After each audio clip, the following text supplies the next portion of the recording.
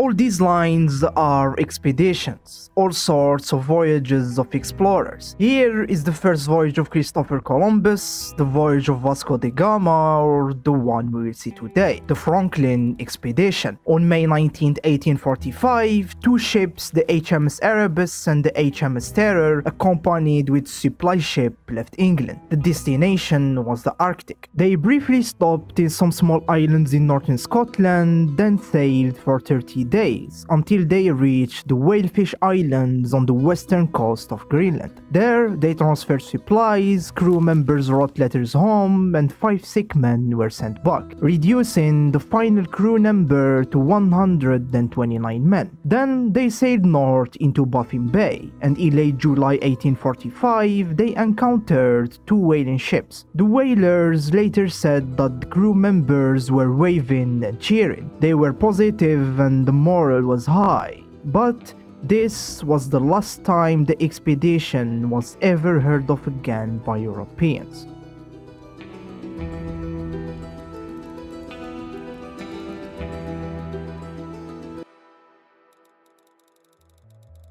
For 200 years after the discovery of North America, expeditions were mounted for geographic and economic purposes, to explore the northern coastline of Canada and to find a way linking the Atlantic with the Pacific, what they call a Northwest Passage. But by 1800, all the explorers came to the same conclusion. There is no Northwest Passage, or at least there is no passage in the area they discovered. 180,000 square kilometers were left undiscovered in the Canadian Arctic. If Northwest Passage exists, it has to be there. And this is when this guy comes in, Sir John Barrow. This guy is seen as one of, if not the person most responsible for the build-up of the British Navy into the greatest navy of its time. And before his retirement in 1845, he wanted to mount one last expedition, the greatest of all of them, the expedition that will finally discover a Northwest Passage. But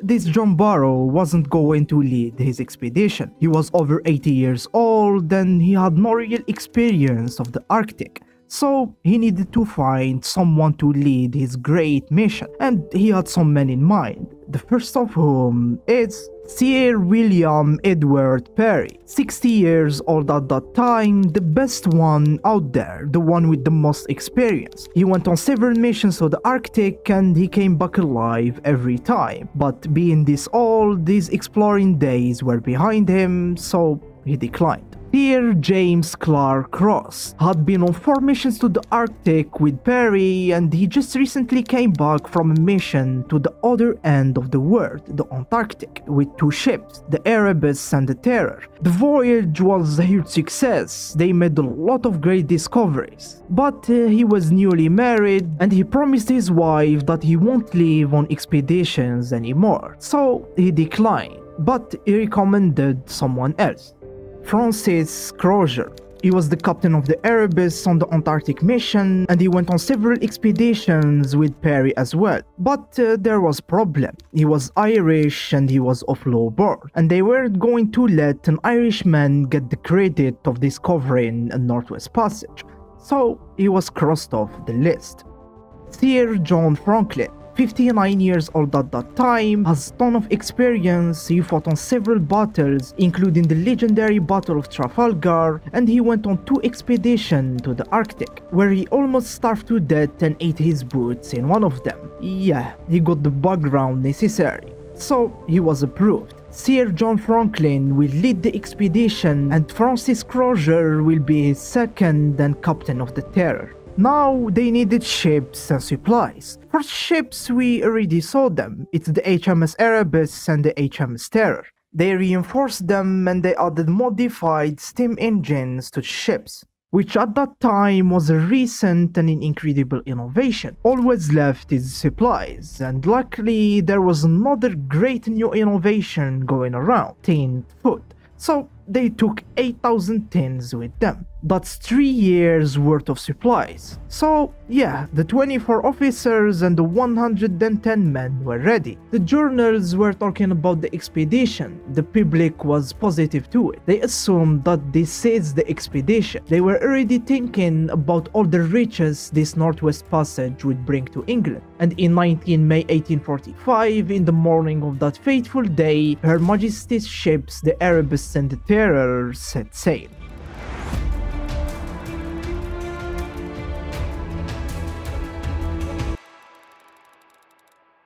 Three years after the disappearance, the Admiralty started to get worried, and they were pressed by Lady Jane Franklin, the wife of Sir Franklin. So they mounted 3 rescue missions, 1 by land led by John Richardson and John Ray, and 2 by sea. 1 from the Atlantic led by James Clark Ross, the guy who promised his wife to never go on expeditions again. By now he had a son and it was for a noble cause, so he went looking for his best friend, John Franklin. And second expedition was to enter from the Pacific. In addition, the Admiralty put up a reward of £20,000. That's over £2 million in today's money, to anyone who would help the crew or to anyone who would bring any information about what happened to them. But to no avail. The expeditions came back empty-handed, and no trace of the ships or the crew was to be found. But the reward encouraged private ship owners from England and US to go and look for them, and after 11 other expeditions in 1850 they finally found something. They found 3 graves in Beechey Island. These were the graves of John Torrington, William Blaine and John Hartnell, 3 crew members of the Franklin expedition. But this added more mystery. What's the cause of their death? Why did they stop there? And where did Franklin go after his stay on the island? To get some more answers, they had to wait another 4 years. That's 9 years after their disappearance. In May 1854, John Ray went on another expedition on land, and on his way north, he encountered Inuit families with possessions belonging to Franklin and his men. Pocket watches, flasks, silverware, and a lot of other items. And some of these items had the names of their owners inscribed on them. And when he asked the Inuit, they said that there are several dead white men on King William Island. They also said that they came across corpses without limbs and others that had their organs taken out, and they even saw some limbs in cooking pots. Ray wrote for report saying at the end that his fellow countrymen had been driven to their last resource. That means cannibalism, and when he sent it back to England, it was badly received to say the least. They said that no Englishman would resort to cannibalism, and they didn't believe any of the Inuit testimony, saying that why would you trust savages who would loot corpses? And in the end, Ray didn't even get the reward. Despite all this new information, the Admiralty didn't plan another search, and in the 21st of March 1854, they officially labeled Sir John Franklin and his crew deceased.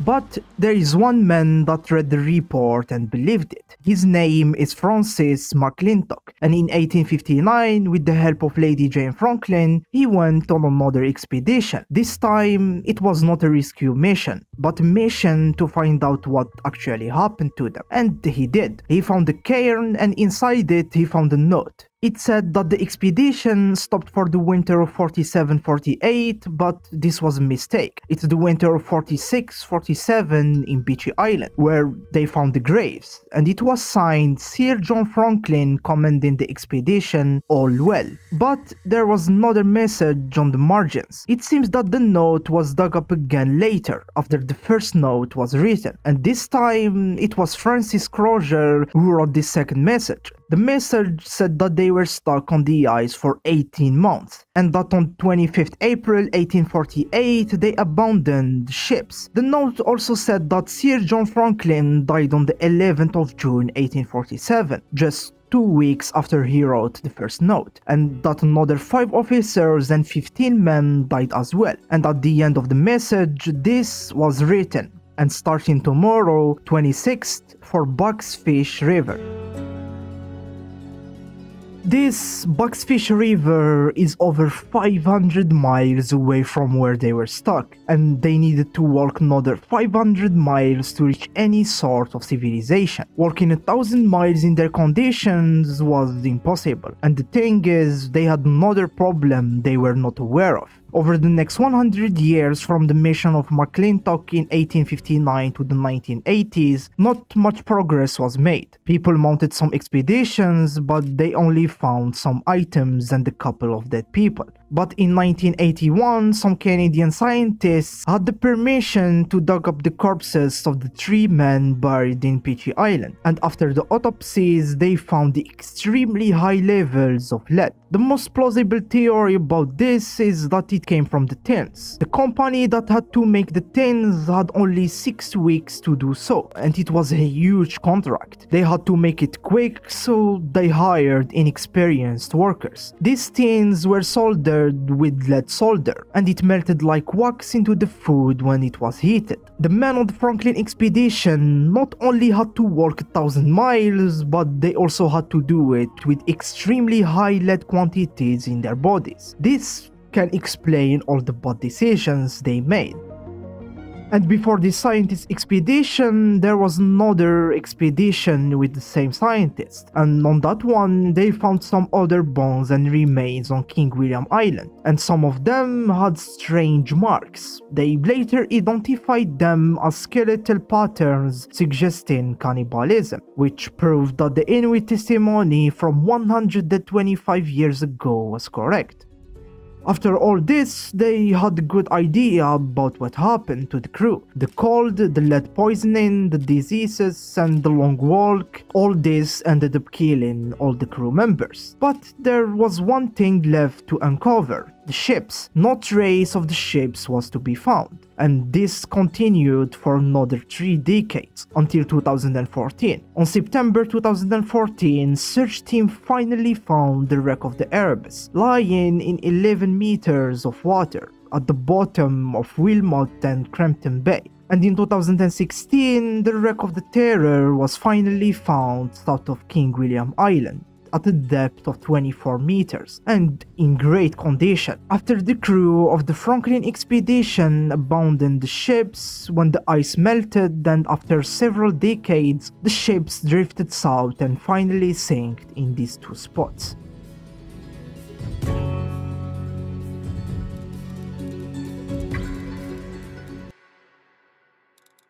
If we take all the pieces found over these last 170 years, all the expeditions, testimony, notes, and scientific research, we can complete the puzzle as best as we can. We can have a story, and this story goes as follows. In 1845, the Franklin expedition with 134 men sailed from England. 30 days later, they stopped in Greenland. Supplies were transferred and 5 men sent back to England. Then they sailed into Baffin Bay, where they were last seen by the whalers. Here they turned west and entered Lancaster Sound, then sailed until they reached Cornwallis Island. They turned around the island, then sailed toward Beechy Island, where they set up a camp and spent the 1846-47 winter. Here 3 men died and were buried on the island, and when the ice melted, they set sail south toward Larsen Sound. They made good progress at first until they were a couple of miles away north of King William's Island, and here they were stuck on the ice. They spent 18 months in this situation until Sir John Franklin and 20 other men died. Then they decided to abandon the ships and try to walk 500 miles to reach Bucksfish River. On their journey there, they started dying one by one. They also resorted to cannibalism, and in the end, every single member of the expedition died trying to reach the river.